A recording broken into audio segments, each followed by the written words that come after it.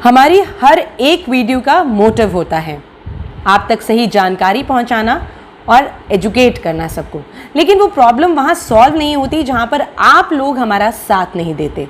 होता क्या है कि आप इंफॉर्मेशन को देखते ज़रूर हैं लेकिन उसको आगे शेयर नहीं करते।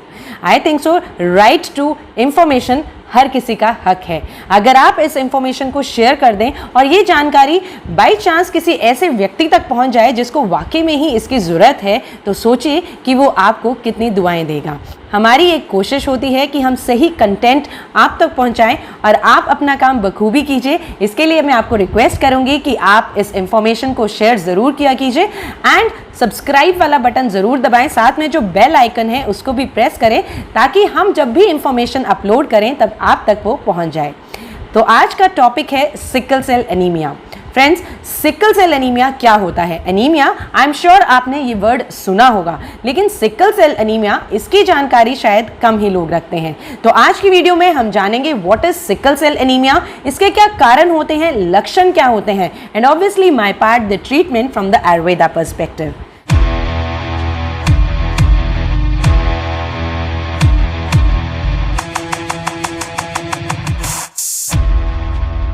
नमस्ते एवरीवन, मैं हूं doctor Anita from RHM Ayurveda. दोस्तों, सिकल सेल एनीमिया नाम से ही पता चलता है कि ये नो डाउट एनीमिया है, तो फिर HB की कमी तो होगी ही, लेकिन सिकल सेल हमारे जो बॉडी में रेड ब्लड सेल्स होते हैं that carry oxygen to the entire body, वो सिकल सेल में कन्वर्ट हो जाते हैं। वैसे उनका शेप है वो सर्कुलर और बाय कनकेव रहता है, लेकिन जब ये बीमारी होती है तो फार्मर्स जो आपने देखे होंगे खेतों में एक औजार कैरी करते हैं जो कि थोड़ा चांद के आकार का होता है, उसे सिकल कहा जाता है। और जब हमारे RBCs इस तरीके से कन्वर्ट हो जाते हैं, डीजेनरेट हो जाते हैं, तो उसे प्रॉब्लम को सिकल सेल एनीमिया कहते हैं।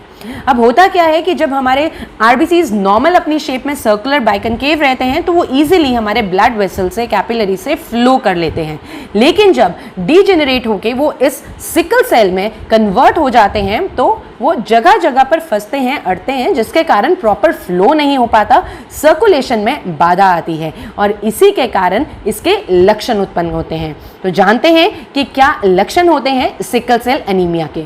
सबसे पहले सिकल सेल एनीमिया से, जैसा कि मैंने बताया कि सेल्स डीजेनरेट होने के कारण उनकी शेप चेंज हो जाती है, प्रॉपर फ्लो नहीं कर पाते तो सर्कुलेशन में प्रॉब्लम आती है, there are chances of heart problems. इसी के साथ साथ दर्द और सूजन हो सकती है, पूरे शरीर में या फिर जोड़ों में, बैक में, कमर में, लातों में दर्द रह सकती है। इसी के साथ पेशेंट को थकान रहती है, हमेशा थका थका सा महसूस करता है और बॉडी की इम्यूनिटी डाउन होती है, इन्फेक्शंस उसको कई बार रहते हैं या फिर हमेशा किसी ना किसी प्रॉब्लम से वो इन्फेक्टेड रहता है। तो इसके सिम्टम्स हमने जान लिए, अब जानते हैं इसके कारण क्या होते हैं। आयुर्वेद में इसे बीज दुष्टि के कारण कहा गया है, यानी कि जेनेटिक डिसऑर्डर है। क्रोमोसोम नंबर 11 इसका जीन कैरी करता है और उसमें म्यूटेशन के कारण सिकल सेल एनीमिया हो जाता है। क्रोमोसोम्स हमारी बॉडी में मदर और फादर दोनों से ही आते हैं। अगर दोनों को या दोनों में से किसी एक को भी ये प्रॉब्लम है तो बच्चे को होने के हाई चांसेस होते हैं। तो शादी से पहले जहां हम लड़के और लड़की की कुंडली मिलाते हैं, वहां पर अगर कुछ ये मेडिकल कुंडली भी मिला लें तो शायद आगे होने वाली जनरेशन है वो इस प्रॉब्लम से बच सके। तो अगली बार अगर आपके आसपास कोई ऐसा है जिसको सिकल सेल की प्रॉब्लम है और वो कहीं शादी का प्लान कर रहे हैं, तो ये पीस ऑफ एडवाइस आप उनको जरूर दीजिएगा। तो मैंने आपको इसके लक्षण बताए, इसके कारण की हमने जानकारी ले ली। यहां मैं बताना चाहूंगी 19 जून पूरी दुनिया में वर्ल्ड सिकल सेल एनीमिया के रूप में मनाया जाता है। दोस्तों, इसके अब आयुर्वेद के अकॉर्डिंग इसके ट्रीटमेंट की बात करते हैं, that is the main part. उसके बगैर हम ये वीडियो कैसे एंड कर सकते हैं। तो सबसे पहले जहां आयुर्वेद है तो योग भी होगा। आपने अनुलोम विलोम, कपालभाति योग को अपनी जीवन में जरूर उतारिए। आधी प्रॉब्लम्स तो योग ही आपकी ठीक कर देगा।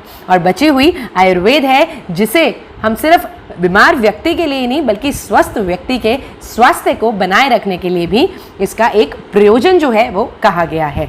तो हम बात कर रहे थे सिकल सेल एनीमिया के बारे में। इसके ट्रीटमेंट के लिए सबसे पहले जो आप घर बैठे बैठे कर सकते हैं वो है व्हीट ग्रास का जूस।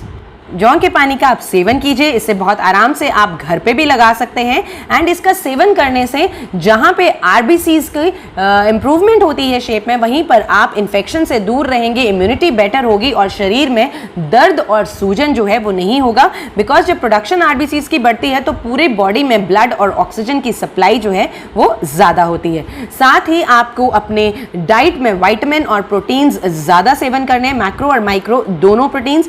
पीनट बटर का सेवन कीजिए, गोंद कतीरे का आप सेवन कर सकते हैं। गर्मियाँ चल रही हैं, रात को उसे पानी में भिगोकर रख दीजिए और उसे सुबह उठकर शक्कर के साथ ले सकते हैं या फिर शहद के साथ ले सकते हैं। और जहाँ तक इसमें मेडिसिन की बात आती है तो आयुर्वेद में ऐसी काफ़ी हर्ब्स हैं जो बॉडी में एचबी को बढ़ाती हैं, हीमोग्लोबिन को बढ़ाती है, जैसे कि गिलोय है, आमलकी है, मंडूर है, पुनर्नवा मंडूर, मंडूर भस्म है। इन सब का हम सेवन कर सकते हैं, लेकिन again after consultation with your Ayurvedic doctor.